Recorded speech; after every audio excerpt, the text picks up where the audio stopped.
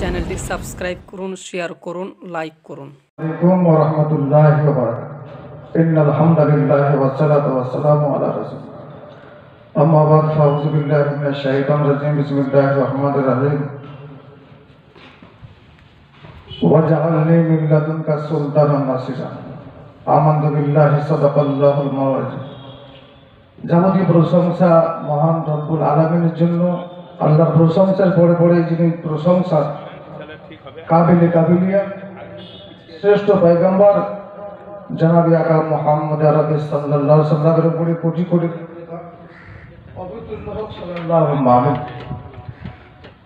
আজ 26শে জানুয়ারি Republic day, প্রজাতন্ত্র দিবস।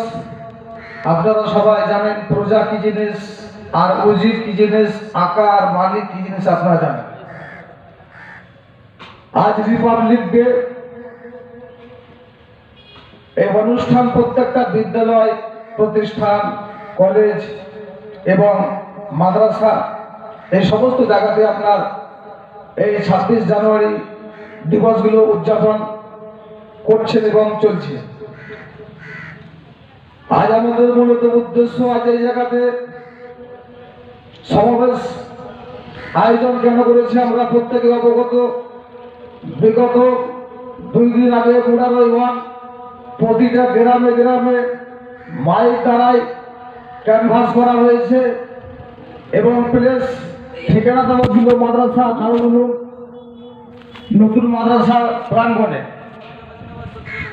আর যদি আমরা দেখে থাকি যে আমাদের ইউনিফর্ম, আমাদের সানগ্লাসিস, আমাদের চারিত্রিক, আমাদের পরিবেশ, আমাদের সোসাইটি, আমাদের লেভেল, আমাদের কর্ম, আমরা নিশ্চয় কিন্তু বুঝতে পারবো। কারণ আমরা ভারতবর্ষ ধর্মনিরপেক্ষতা দেশে, আমরা ভাইয়ের ভ্রাতৃত্ববোধ সম্পর্ক বজায় রেখে আমরা আমাদের রাজ্য সরকারের অধীনস্থ হয়ে আমরা এই সমস্ত কাজগুলো করতে চাই, যে কাজগুলো আগামীতে আর ভুল না হয়। আসাম যা ভুগছে যাতে আমাদের রাজ্যকে ভুগতে না হয়। গুজরাটের পরিস্থিতি আপনারা প্রত্যেকে জানে, যাতে আমাদের পশ্চিমবাংলাটা গুজরাটের পরিণত না হয়। পুলওয়ামার পরিস্থিতি আপনারা প্রত্যেকে অবগত, যাতে আমাদের করে পশ্চিমবঙ্গে পুলওয়ামার মতো আমাদের পশ্চিমবঙ্গে যাতে না আসতে পারে। এবং শাহিনবাগে যা ঘটলো আপনারা প্রত্যেকেই নজিরবিহীন আপনারা দেখছেন। কৃষি আন্দোলন আজ বিগত 1.5-2 মাস ধরে আন্দোলন কেন, কার জন্য? ভারত ধর্মনিরপেক্ষতা দেশ, ভারত স্বাধীন হয়েছে 1947 সালে। অর্থাৎ এই ভারতে প্রচুর হারে ডেমোক্রেটিক ভাবে মুসলিমদের রক্ত দেওয়া আছে, শিখের রক্ত দেওয়া আছে, হিন্দুদের রক্ত দেওয়া আছে, পাঞ্জাবি, ইসাই সবার রক্ত দেওয়া আছে। রক্ত দেওয়ার পরে দেখা গেল এর ভিতরে সবচেয়ে বৃহত্তম রূপে যারা রক্ত নির্বাহ করেছিল, রক্তাক্ত করেছিল, তারা শুধু একমাত্র আলেমে দ্বীন ছিল। যারা রক্ত বিসর্জন করেছিল তারা মুফতি ছিল, যারা রক্ত বিসর্জন করেছিল তারা মুহাদ্দিস ছিল, যারা রক্ত বিসর্জন করেছিল তারা হাফেজে দ্বীন ছিল। আজ আমাদের মুরারইওয়ানকে আমি বলতে চাই, আমাদের যে সমস্ত ইমাম অর্থাৎ যিনারা বাদশাহ, তিনাদেরকে প্রত্যেকে মিটিং করে ডেট কনফার্ম করা হয়েছিল। তা সত্ত্বেও আজকে আমরা পিছিয়ে। হে আলেম সম্প্রদায়, ভারতকে একদিন তোমরা আগিয়ে নিয়ে গেছিলে। হে ওলামা সম্প্রদায়, তোমরা এমন একটা দিন তোমরা ইংরেজের সঙ্গে যুদ্ধ করে দেশ থেকে ইংরেজকে বের করতে পেরেছিলে। অনুরূপ তোমরা যদি একবার জেগে যাও, সারা ভারতবর্ষ নয় সারা দুনিয়া জেগে যাবে। এটা আমার কনফিডেন্স এবং এটা আমার বিশ্বাস। যদি একমাত্র উন্নয়ন আনতে পারে সেটা হচ্ছে আলেম, যারা জনকল্যাণের সেবার জন্য তাদের রাত, তাদের সকাল, তাদের দুপুর, তাদের কোনো সময় তাদের নিজের কাজের জন্য লাগায় না, সব সময় জনগণের কল্যাণের জন্য, মঙ্গলের জন্য সব সময় তারা প্রচেষ্টা, আর্তনাদ এবং তারা তাদেরাই বিকশিত করে মানুষকে তারা আনন্দ উপলব্ধ দেয় এবং নিজেরাও কষ্ট হুজনুরিয়াম দুঃখ থাকলেও সেটা কিন্তু তারা নিজেকে ম্যানেজমেন্ট করতে পারে। অতএব আমার অনুরোধ, যে সমস্ত মানুষ আপনারা এসছেন আপনাদের প্রত্যেকে আমি মিল্লি উলামায়ে বাঙ্গাল পশ্চিমবঙ্গ সমস্ত ওলামার তরফ থেকে যে আমাদের সমাবেশ করা হয়েছিল, সেই সমাবেশে যিনারা এসেছেন তাদের সবাইকে আমি ধন্যবাদ জানাই। আরো ধন্যবাদ জানাই আপনারা সামনের দিনে যে সমস্ত কাজ, আমরা যে জিনিস থেকে আমরা পিছিয়ে, বিগত যখন ব্রিটিশ পিরিয়ড ছিল তখন চাকরির আমাদের একটা পার্সেন্টেজ ছিল, পার্সেন্টেজ অফ মার্ক, সেটা 2.5। আজ ভারতবর্ষে আমরা 42.5, অর্থাৎ আমরা 40 কোটি আমরা রিলিজিয়ন, আমরা মুসলিম আছি।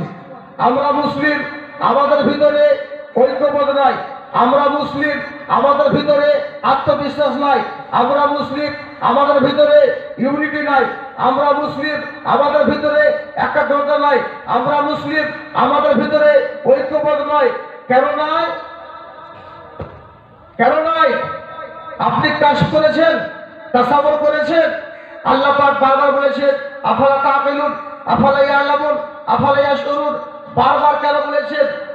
নিশ্চয়ই কিন্তু আমাদের ভিতরে চলা আমাদের ভুল আছে। যখন ভারত স্বাধীন হয়, লর্ড ক্লাইভ ভারতবর্ষে মির্জাফর করার জন্য 200 বছর ধরে ভারতবর্ষে ইংরেজরা মানুষের উপরে জুলুম, মানুষের উপরে অত্যাচার, মানুষের জীবনের আনন্দ উপলব্ধি সমস্ত জিনিসকে আজ নষ্ট করেছিল। ঠিক যদি দেখা যায়, আজ যদি আমরা ঠিকভাবে আমরা একাগ্রতা চিত্তে যদি আমরা না আসতে পারি, তাহলে সামনের দিন ওপেন সিক্রেট ভাবে যে আমাদের জন্য আজ ধর্মের প্রতি, ধর্ম নিরপেক্ষতা দেশ, আমি আজান দিব, বন্ধ কেন হবে? আমার মাদ্রাসায় শিক্ষা হবে, এগুলো কেন বন্ধ হবে? ধর্মীয় মুসলিম মানুষরা যেখানে চাইবে নামাজের ওয়াক্ত হবে, নামাজ পড়বে।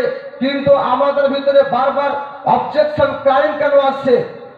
এই জন্য আসছে যে আমাদের ভিতরে মুসলমান বলে জিনিস নাই।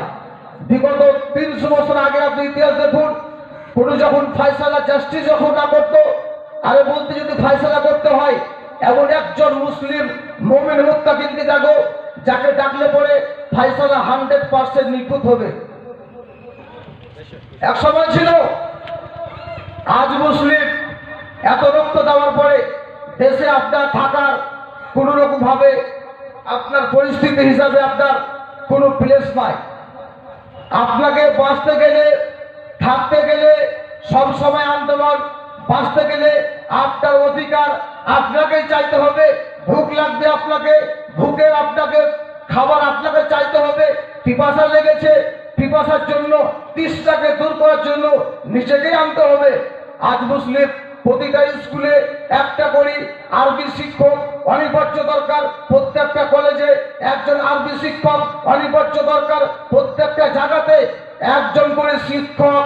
মুসলিমদের আরবি যেটা ইসলামিক অ্যারাবিক লিটারেচার, যে আমাদের জিনিস তো আজ 43খানা কান্ট্রিতে স্পিকিং আরবির উপরে কথা বলে। আপনারা জানেন কোরআন শরীফ আজকের কথা নয়, বহু কিতাব, বহু গ্রন্থ, বহু জিনিস এলো, অনেক ভাষা এলো, অনেক ভাষা পরিচিত হয়ে গেল। কোরআনের একটা শব্দ লা তাবদিলা বিকালিমাতিল্লাহ, কোরআনের কোনো একটা শব্দ আজ পর্যন্ত চেঞ্জিং নয়, ডিলিট নয়, রহিত নয়, বিস্মৃত নয়। অর্থাৎ আল্লাহর কালাম, যে কালামে আল্লাহ পাক বললেন ওয়াজআলনি মিন লাদুনকা সুলতানান নাসিরা, অর্থাৎ আল্লাহ পাক আমার শ্রেষ্ঠ নবী, খাতমে নবুওয়াত, তাজদারে খাতমে নবুওয়াত, লাব্বাইক ইয়া রাসূলুল্লাহ, শ্রেষ্ঠ নবীকে বললেন, হে নবী আমি তোমাকে ইসলামিক স্বরাষ্ট্র শক্তি দান করলাম। বলুন সুবহানাল্লাহ। ইসলামী সুলতানে নাসির, সুলতানে নাসির অর্থাৎ রাষ্ট্রীয় শক্তি তোমাকে দেওয়া হলো। রাষ্ট্রীয় শক্তি কি? নামাজের প্রসেসিং। রাষ্ট্রীয় শক্তি কি? ওজুর প্রসেসিং। রাষ্ট্রীয় শক্তি কি? একজন হত্যা করেছে, হত্যার জন্য কেসাস। রাষ্ট্রীয় শক্তি কি? একজন চুরি করেছে, চুরি করার হাত কেটে নাও। রাষ্ট্র শক্তি কি? যাকাত ফাট। রাষ্ট্রীয় শক্তি কি? অর্থাৎ এডুকেশন। রাষ্ট্রীয় শক্তি কি? যেটা হচ্ছে মানুষ হত্যা। রাষ্ট্রীয় শক্তি কি? নারীর মর্যাদা দেওয়া। রাষ্ট্রীয় শক্তি কি? ভাইয়ের সঙ্গে ভ্রাতৃত্ববোধ। রাষ্ট্রীয় শক্তি কি?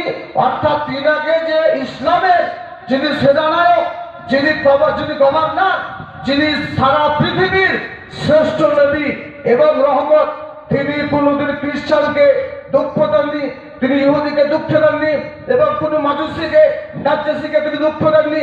তিনি তাইফে কেন মার গেলেন? শুধু খাবার একটা কারণ, মানুষকে মানুষের শিক্ষার প্রয়াসের জন্য। উহুদে তিনার মার খাবার কোনো প্রয়োজন ছিল না। তিনার মার খাওয়ার মানে আজ না হয় কাল, কাল না হয় পরশু, তারপরে দিন 100 কেতাব সমস্ত নেতার কথা বলা হলো। যিনি স্পেচ পার্লামেন্ট অর্থাৎ যিনি 1 নম্বর র্যাঙ্ক পেলেন, তিনি হচ্ছেন আমার শ্রেষ্ঠ নবী, বলুন সুবহানাল্লাহ। তিনাকে এই উপাধি এমনি দেওয়া হয়নি। তিনার আন্দোলন, তিনার ইনকিলাব, তিনার সোসাইটি, তিনার লেবাইল, তিনি সমস্ত ধর্ম নিরপেক্ষতা, সমস্ত মানুষকে তিনি ভালোবাসতেন। তিনি মানুষকে অন্ন দিতেন। আজ পর্যন্ত কোন ধর্মের মানুষ তিনার একটা ডিফল্ট পায়নি। কেন? আজ সমস্ত জাতের মানুষ একই কথা বলেছে, যিনি শ্রেষ্ঠ নবী এবং যিনি মানুষ কল্যাণের শ্রেষ্ঠ চরিত্রে যিনি আধার, তিনি হচ্ছেন রসুল। যিনি সর্বশ্রেষ্ঠ চরিত্রের আধার, তিনি হচ্ছেন রসুল। 63 ইয়ার্স, 63 বছরের ব্যবধানে তিনি সমস্ত জিনিস এক অপরের সঙ্গে পরম্পরিকতা। তিনি মানুষের সমস্ত জিনিস, মানুষের দেবার, মানুষের চাহিদা, মানুষের দাবি মানুষকে দিয়ে দাও। তিনি কথা বলেছেন, কে কাউরির ধর্মে তোমরা ডিস্টার্ব করবে না, কে কাউরির সঙ্গে তোমরা ইনকুন্ত মুফসিদিন অর্থাৎ তোমরা ফেরাউনের মতন টেররিস্ট হবে না, নমরুদের মতো টেররিস্ট হবে না, হামান সাদ্দাদের মতো টেররিস্ট হবে না। তিনি হচ্ছে রাষ্ট্রীয় শক্তি, অর্থাৎ তিনি যেইভাবে তিনি দেশকে নিয়ন্ত্রণ করেছিলেন, আজকের নেতা কি ওই ধরনের নিয়ন্ত্রণ করতে পারছেন? আজকের জেলা পরিষদরা সেইভাবে নিয়ন্ত্রণ করতে পারছেন? পঞ্চায়েত সমিতি, ব্লক, এমপি, এমএলএ, গানিমতের বাদ আজ পর্যন্ত কেউ বুঝে না। আজ মুসলিমদের ওয়াকফ ওয়েস্ট, মুসলিমদের ওয়াকফ বোর্ডের হাজার হাজার কোটি কোটি টাকা আছে। আজ আলেম সমাজকে মাত্র 2500 টাকায় ওয়ানারিয়াম, ইংলিশে ওকে ওয়ানারিয়াম বলা হয়, বাংলাতে অনুদান বলা হয়। আপনার এটা স্যালারি না, এটা আপনার বেতন নয়, এটা ওয়ানারিয়াম। অর্থাৎ আপনি যে একটা দ্বারস্থ মানুষ, আপনি যে একজন মানুষ, আপনার বেতন নয়, আপনার সমাজের লোক আপনার বেতন দিতে পারে না। ওয়াকফ বোর্ড যে টাকাগুলো আমাদের সংখ্যালঘু বাজেটের ছেলে লোক, বুদ্ধিজীবী আবুল কালাম আজাদ, এপিজে আবুল কালাম এবং বিভিন্ন যারা ছিলেন, সমস্ত জিনিস তারা নিজে না ভক্ষণ করে তিনারা ওয়াকফ অর্থাৎ এক জায়গাতে স্টেট হিসেবে তারা রেখে দিয়েছে। আজ ইমামদের 2500 টাকা তাদের ভাতা বৃদ্ধি হচ্ছে না। ইমামদের ঘর দেওয়ার কথা হয়েছিল, আজ পর্যন্ত মুরারে আমার মন বলে কোন এক প্যানেল লিস্ট হিসাবে ইন্দিরাবাস যোজনা কোনো ঘর বাড়ি আজ পর্যন্ত পায়নি। কেন? আলিমরা সমস্ত কিছু করবে এবং তাদের দাবি দেওয়া সব থাকবে, আলিমরা পাবে না। কেন? আপনাদের ধর্মগুরু আপনাদের পেছনে, আপনাদের জানা যায়, আপনাদের কবরে আপনার রুহের মাগফিরাত, আপনার কল্যাণের জন্য, আপনার পিতামাতার সমস্ত জিনিসের জন্য আলেমরা সব করে থাকলো, কিন্তু আলেমদের জন্য আপনারা কি করলেন? আলেমদের জন্য আপনারা কি করতে পারলেন? এমন কিছু করতে পারেননি। আর তার জন্য আমাদের দাবি, যে সমস্ত দাবি আমরা রাজ্য সরকারের পক্ষ থেকে আমরা তীব্র এবং খুব শীঘ্র আমরা আমাদের আন্দোলন এগুলো আমরা চালাবো।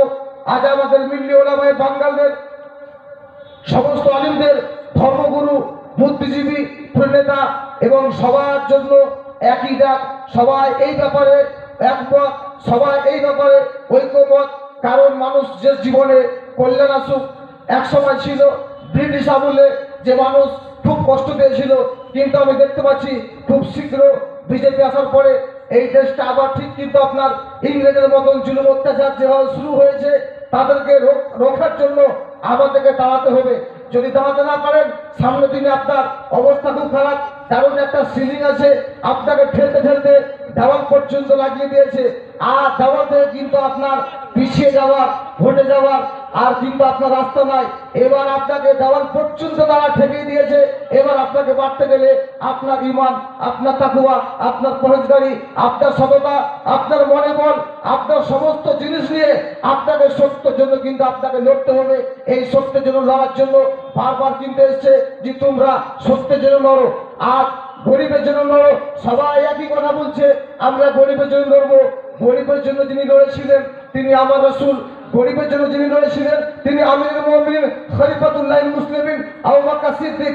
গরিবের জন্য যিনি লড়েছিলেন আল্লাহু আকবার উমর ইবনুল খাত্তাব, তিনি এমন একজন প্রতিনিধি প্রেসিডেন্ট ছিলেন যিনি রাত হয়ে যাওয়ার পরে তাহাজ্জুদ করে তিনি কিন্তু ঘুমাচ্ছেন না, প্রতিবেশীর খবর রাখছেন। আল্লাহু আকবার। কোন মানুষ যদি একজন আমার জনগণ যদি একজন পানাহার ভাবে শুয়ে যায়, কাল বিচার দিবসে আমি আমার নবীর সামনে আমি কিভাবে মুখ দেখাবো? তিনি এমন প্রেসিডেন্ট ছিলেন, তিনি এমন ভাইস চ্যান্সেলর ছিলেন, তিনি জানতেন যে আমি বাদশা, যদি আমার প্রজা যদি না খেয়ে ঘুমিয়ে যায় আমাকে তার বিচার, আমাকে তার দাবি করতে, আমাকে তার জবাবদিহি করতে হবে। এবং যে আমাদের পরে নেক্সট ইয়ার কবর মিজান হাসরপুর সিরাত, তিনি জানতেন যে আমার পরকালটা আমাদের কি হতে পারে। আর যদি এই ধরনের নেতাদের যদি পরিকল্পনা থাকতো তাহলে কিন্তু আপনাদের এই রকম দুর্দশা হতো না। যদি আমাদের নেতা ঠিক থাকতো তাহলে আমাদের ভিতরে এই সমস্ত কিন্তু আসতো না। আজ নেতারা ভোট নেওয়ার পরে আরে ভোট আমি দিব, হুকুমত তুমি করবে, লোক আমার, হুকুম তোমার, মানুষ আমার, ক্ষমতা তোমার, সবকিছু আমার, তোমার সবকিছু। আজ আমরাও নিজ জায়গাতে দাঁড়াতে চাই। সামনে দিনে প্রত্যেকটা গ্রাম পঞ্চায়েতে একজন মৌলবি সাহেবকে আমরা ভাবছি আমাদের এই থেকে একটা করে তাদেরকে ক্যান্ডিডেট দেওয়া হোক। গ্রাম পঞ্চায়েত আজ আমি ওপেন সেক্টর বলে গেলাম, প্রত্যেকটা গ্রামে 3খানা 2খানা 4খানা যা বুথ আছে, একটা বুথে আমার আলিম সম্প্রদায় থাকবে, পঞ্চায়েত মেম্বার একটা থাকবে, প্রত্যেকটা জায়গায় প্রধানের জায়গায় আমার আলিম থাকবে। তার কারণ তারা অন্যায় ভাবে করে না, তারা কোনোদিন অবৈধ রুচি ভক্ষণ করে না। আলেম বাদ দিয়ে যারা আছে তাদের রুচি হালাল, বৈধ অবৈধ সম্পর্কে তাদের কোনো জ্ঞান নাই, নিয়ম সম্পর্কিত তাদের কোনো জ্ঞান নাই। গ্রাম পঞ্চায়েত মেম্বার থেকে নিয়ে পঞ্চায়েত পর্যন্ত আলিম মানে বাদশাহ, বাদশাহ মানে বিচারক, বাদশাহ মানে তারাই হচ্ছে পলিটিশিয়ান, বাদশাহ মানে তারা হচ্ছে নেতা। নেতা তাকে বোঝায়, নেতা থাকবে আগে, পেছনে থাকবে না। ইমাম সবসময় আগে থাকে, মুক্তাদি পেছনে, ইমামের আগে কোনো যদি মুসল্লি একটা সেজদা মেরে দেয় তার নামাজ ফাঁসিদ হয়ে গেল, তার নামাজ ফাঁসিদ হয়ে গেল। যত বড় হাজি হোক, ডবল হাজি হলেও চলবে না। ইমামের যাতে রুকু খসু তা দিলে আর কাজ, তার আগে যদি একটা করে মুক্তাদি কিছু করে থাকে ডিলেট রহিত হয়ে গেল। যার জন্য আমি দেখতে চাই সামনে দিনে গ্রাম পঞ্চায়েত থেকে নিয়ে সমিতি থেকে নিয়ে জেলা পরিষদ পর্যন্ত, জেলা পরিষদ থেকে নিয়ে ব্লক পর্যন্ত, ব্লক থেকে নিয়ে বিধায়ক পর্যন্ত আমি দেখতে চাই আমার ধর্মগুরু আলেমদের, আমি দেখতে চাই আমার ধর্মগুরু ওলামাদের, আমি দেখতে চাই আমাদের ধর্মগুরু মুফতি সাহেবদের। তার কারণ তাদের পলিটিশিয়ান কোর্স কমপ্লিট, তারা শরীয়ত ব্যাপারে কমপ্লিট, তারা বিধান ব্যাপারে কমপ্লিট। এবং যদি জাস্টিস বলা হয় একমাত্র আলেমের জাত, যদি জাস্টিস বলা হয় আলেমের জাত। এরা বিচার করতে পারে কিন্তু অধিকার দিচ্ছে না, এরা ইনসাফ করতে পারে কিন্তু অধিকার দিচ্ছে না, এরা আদিল করতে পারে তাদের কিন্তু ইনসাফ দিচ্ছে না। যার জন্য সামনে দিনে যে সরকার হবে ওর জন্য আমরা হবো যে আমাদের কথা মানবে। আপনারা দিল্লিতে শুনে থাকবেন শিবসেনা, সেখানে প্রধানমন্ত্রী, এমপি, মুখ্যমন্ত্রী কিন্তু নিয়োগ হচ্ছে না। তাদের একটা লিখিত ছিল তোমরা একবার করবে, আমরা একবার, যদি সেটা না হয় 2.5 বছর তুমি করবে, 2.5 বছর আমি। আজ বজরঙ্গ কি করলো? বললো আমার পক্ষে 40 লাখ লোক আছে। কি বললো সরকার? তাকে আপনার রাজস্থানে তাকে মুখ্যমন্ত্রী করে দিল। অনুরূপ যদি আমরা মুসলিমদের 72 মুসলিম রিলিজিয়ন, 72% মোড়াবে পাইব না আমরা মুসলিম। যদি আমরা মুসলিমরা এক হয়ে যাই, আজ আমি অমুক নেতাকে চাই, নেতা মানতে বাধ্য হয়ে যাবে। আজ সমিতি তাকে দাও, যদি আপনারা আলেমকে মেনে নেন, ধর্মগুরুকে, কালকে তিনি আপনাদের পঞ্চায়েতে, আমাদের যেটা পঞ্চায়েত মুসলিম কটা আছে, মেম্বার দেখবেন কটা আছে, বিভিন্ন জায়গায় ভোট আমার, হুকুম তোমার, লোক আমার, নির্দেশ তোমার। বাহ, মজার খেল। পলিটিশিয়ান ভাবে হয় না। আমাদেরকে আমাদের অধিকার বুঝিয়ে দিতে হবে। যে সরকার আমাদের বুঝাবেন, আমরা রাজ্য সরকারের পক্ষে, আমরা মমতা ব্যানার্জির পক্ষে আমরা আছি।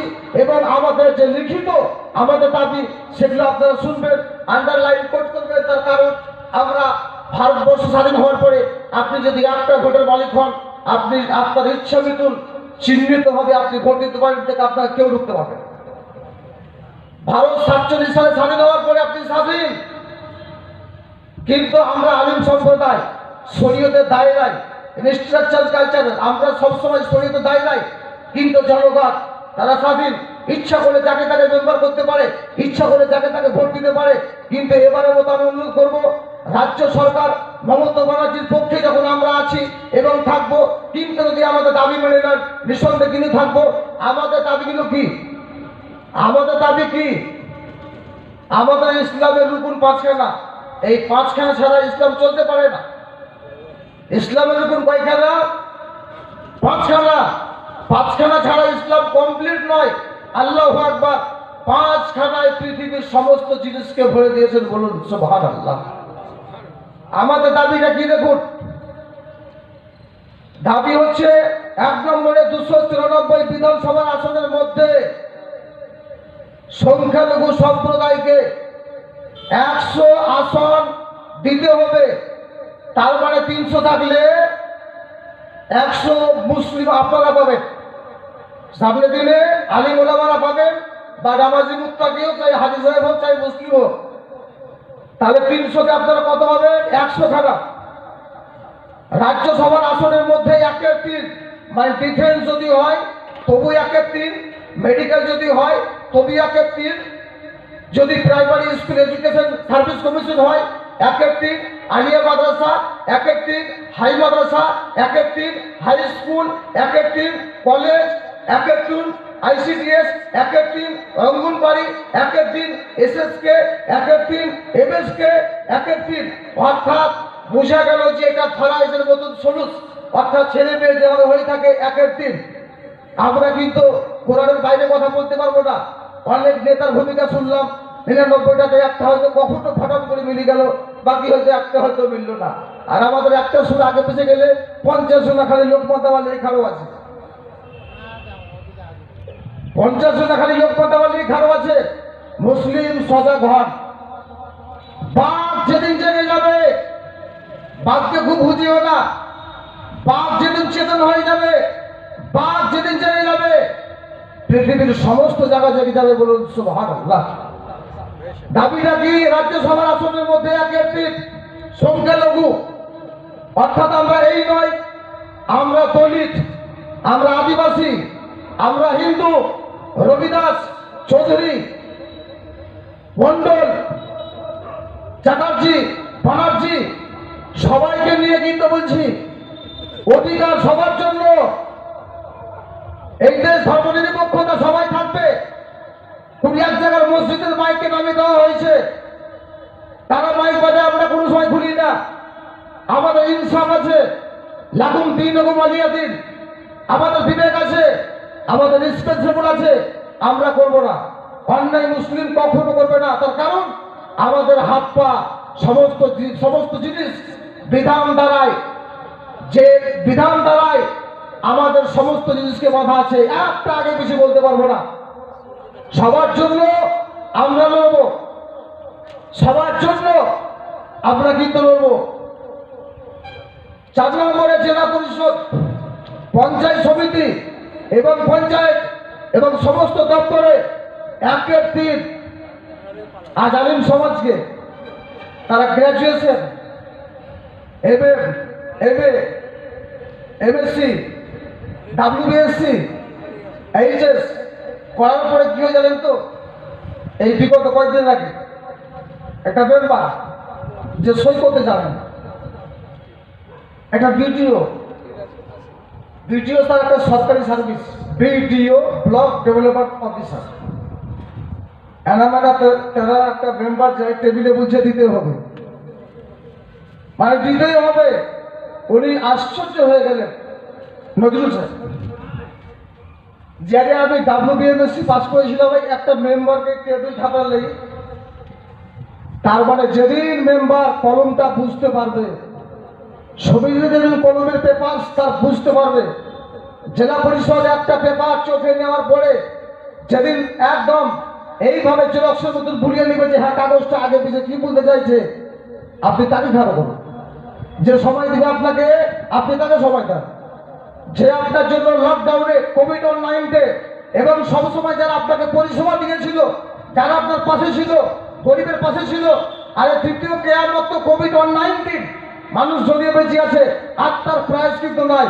যারা জনগণ গরিবের জন্য সাথে আছে, পেছনে আছে, বিপদে আছে, সবসময় যারা আছে তাকে আপনি প্রতিনিধি খাড়া করেন, দেশের উন্নয়ন, শিক্ষার, এডুকেশন নিশ্চয়ই কিন্তু আপনার বাড়বে।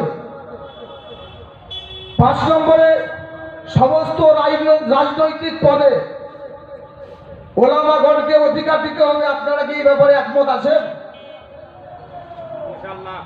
আপনারা হাত তোলেন তো। অজুদে ইনশাল্লাহ করেছেন, দেখি তো আপনারা হাত তোলেন তো।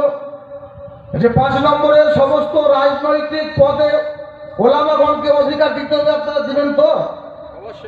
পঞ্চায়েতের মেম্বার আমাদের জন্য বলতে পারবেন তো যে 3টা 2টা টুকরা লাগা একটা আমাদেরকে দিতে পারবেন তো? সমিতিতে দিতে পারবেন? জেলাতে বিধায়কে পারবেন? যারা খুব ধন্যবাদ আপনাদের হাত তোলাতে, খুব ধন্যবাদ।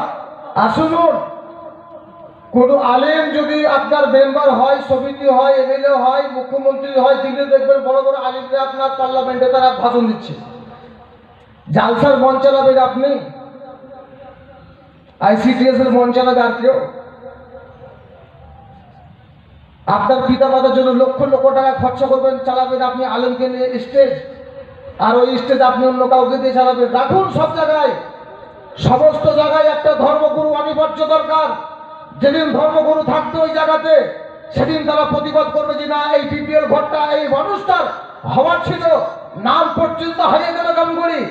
যেদিন আপনার তারা থাকবে, সেদিন বলবে যে না, এই গ্রামে এত লোকের সংখ্যা, এত লোক বাস করে, এই লোকের বাড়ি হয়নি, তাকে দিতে হবে। যদি এই অধিকারটা আনতে চান, একমাত্র আপনারা নির্বাচন কিন্তু ধর্মগুরুদের করবেন। করবেন তো আপনারা? যদি আপনাদের মনের মাগফিরাত চাইতে পারে, তো আপনাদের 40 বছরের জন্য চুলাতে আগুন জ্বালালে কি মোলসাবরা পারবে না? আপনার পিতা মাতাকে তারা দেখেনি কতদিন আগে? ওয়ালে বলে দাইয়া ওয়ালে বান্তা বলে জামিল মুমিনাল মুসলিমাতুল আহিয়া 100 টাকা দিয়ে 50টা খানদানকে বকশিশ করলেন। সামনের দিনে পারবে না যে 40 বছরটা আপনাদের ঠিকঠাক? সামনের দিন তো আপনারা চাইছেন যে ঠিকঠাক। যেদিন সোসাইটি ঠিক করতে পারবে, সেদিন সব ঠিক থাকবে। যেদিন পরিবেশ দূষণকে আপনি দূর করতে পারবেন, সেদিন আপনার সবকিছু কিন্তু আপনার কম্প্রোমাইজ করে আপনি চালাতে পারবেন। যেদিন আপনি ঠিক থাকবেন, সেদিন আপনি বলতে পারবেন যে তা করুন বিল মারুফে অতন হাওনানি ফাসে ওয়াল মুনকার। নিজেও খারাপ থেকে বাঁচবে, অপরকেও কিন্তু বাঁচাবে। আমরা কারোর ক্ষতি করিনি, অনুরূপ করবো না।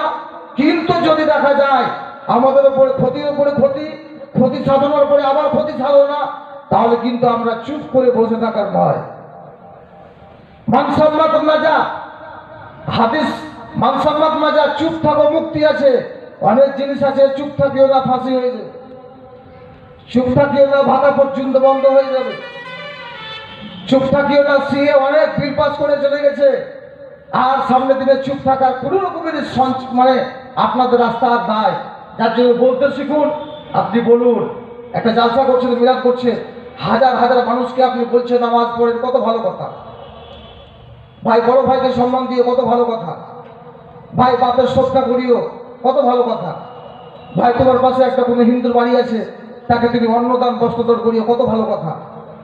এটা আমাদের বিধান, কোরআন হাদিসে এসে বারবার এসছে। আর ভাষা কিনা মিসকিনদের কথা বারবার এসছে, ইবনে সাবিলাইন বারবার এসছে। তার মানে এই বিধানটা 100% সত্য। এক অপর সম্মানের জন্য এটা আমাদের বিধান বলে, বড়দের শ্রদ্ধা করা এটা আমাদের বিধান বলে, ছোটদের স্নেহ করা এটা আমাদের বিধান বলেন ধর্মে। মানুষকে পিপাসিত ব্যক্তিকে পানিকে পান করাও এটা আমাদের বিধান বলে।